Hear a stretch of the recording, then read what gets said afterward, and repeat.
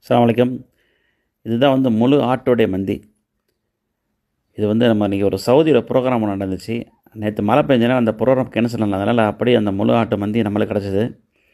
அதை நான் அப்படியே இந்த வார வியாழன் விருந்துக்கு யூஸ் பண்ணியாச்சு. நம்ம நண்பர்கள்லாம் சாப்பிட்றாங்க.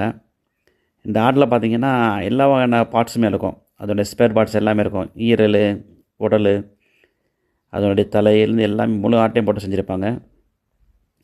இப்போ நான் பிக்கிறது பார்த்திங்கன்னா அந்த ஆட்டோடைய தலை. அது அந்த தலையில் பார்த்திங்கன்னா அந்த நடுப்பகுதியில் இருக்குது பாருங்களேன். இப்போ நான் பிப்பேன் பாருங்கள். அந்த நடுப்பகுதியில் இருக்கிற கறி தான் ரொம்ப டேஸ்ட்டாக இருக்கும். அந்த இறைச்சி டோட்டல் ஆட்டோடைய கறியை விட அருமையாக இருக்கும். அந்த பகுதியில் இருக்கிற கறி தான் ரொம்ப சாஃப்டாக நல்லா டேஸ்ட்டாக இருக்கும். இது ரொம்ப எனக்கு பிடிச்சது. ரெண்டாவது இந்த ஆட்டு ஒரு கொழுப்பு நிறைஞ்ச ஆடு.